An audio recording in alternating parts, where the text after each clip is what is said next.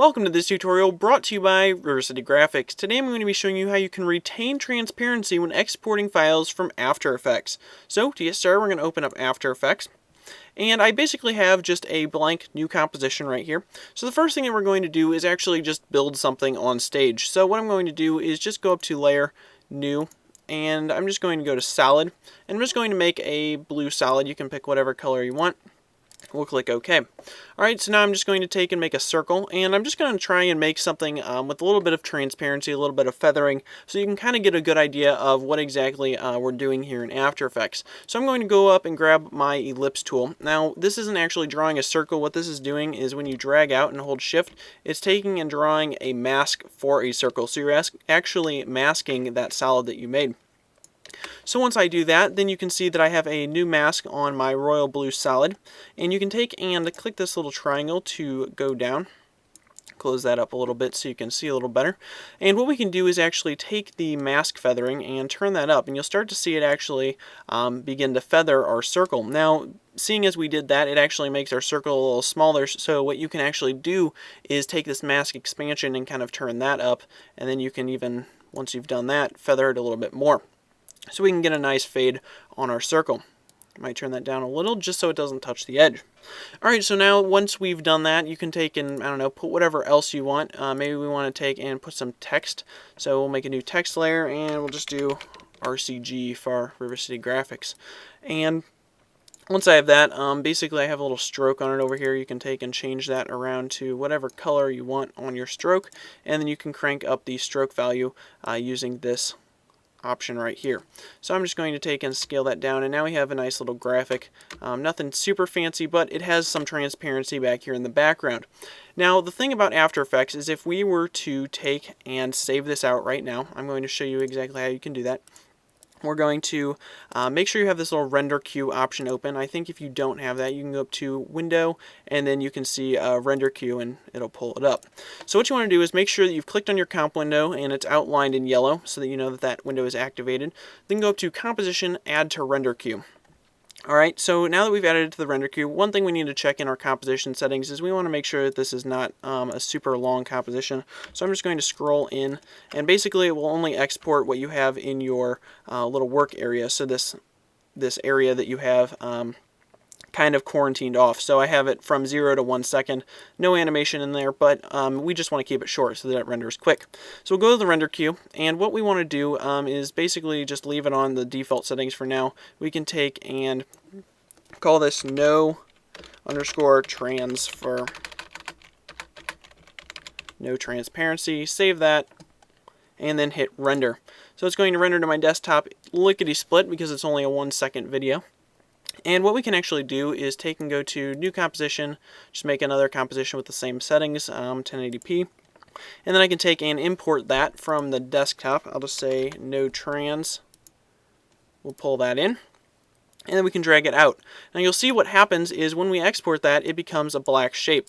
So if we had anything behind it, like say I wanted to pull in maybe, I have a stock media library here. We'll just pull in kind of a stock photo. We got some stock photos. Let's grab a texture and we'll pull that in.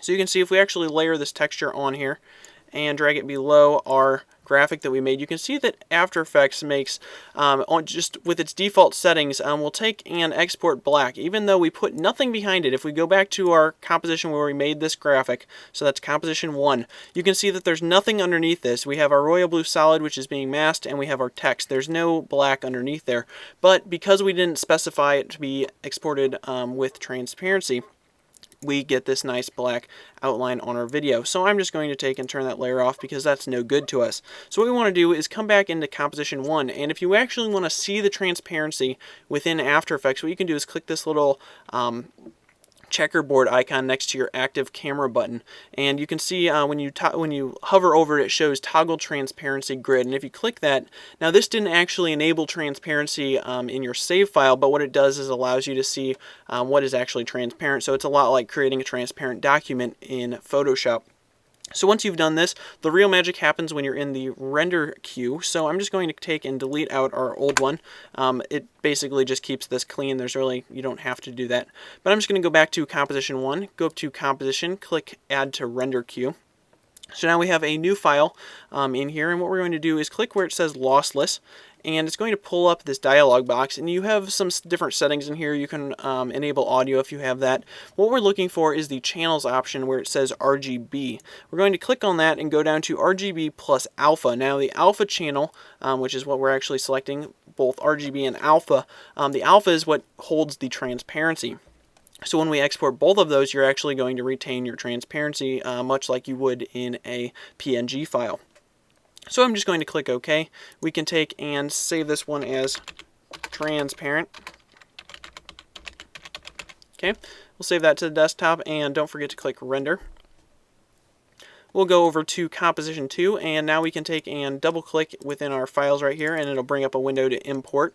So now I can go to my desktop, we'll search for that transparent file, transparent.avi, open her up, and we can drag it right onto there. Now it looks like it has the black in there, but check it out. We've got our transparency completely saved right here. Now, this is definitely something that's helpful in After Effects, and it's pretty hard if you don't know where exactly those settings are to do it. Basically, you use transparency in all kinds of things. If you need to export from one file to another because you want to save on render time, or say that you're making, think of like news or something when they have those little boxes that come out and they say like the person's name that they're actually reporting on. Sometimes those have transparency in them, and you actually want that transparency to show on top of the other video. So that's a good way to retain it. So I hope you guys enjoyed this tutorial. Don't forget to subscribe, rate, and comment. This is also good for if you're actually taking and creating stock media libraries. That's one thing I wanted to mention. A lot of times online you'll see stock media libraries for video where they're selling muzzle flashes or explosions, and they'll actually sell it with the pretense that it's pre-keyed and it's got transparency enabled. So if you're actually selling components, say that this was a muzzle flash and we went through all the trouble to get the muzzle flash isolated, then this would also be good for you. So I just wanted to mention that to you guys. So I hope you enjoyed this tutorial, and I will see you next week. Thanks for watching.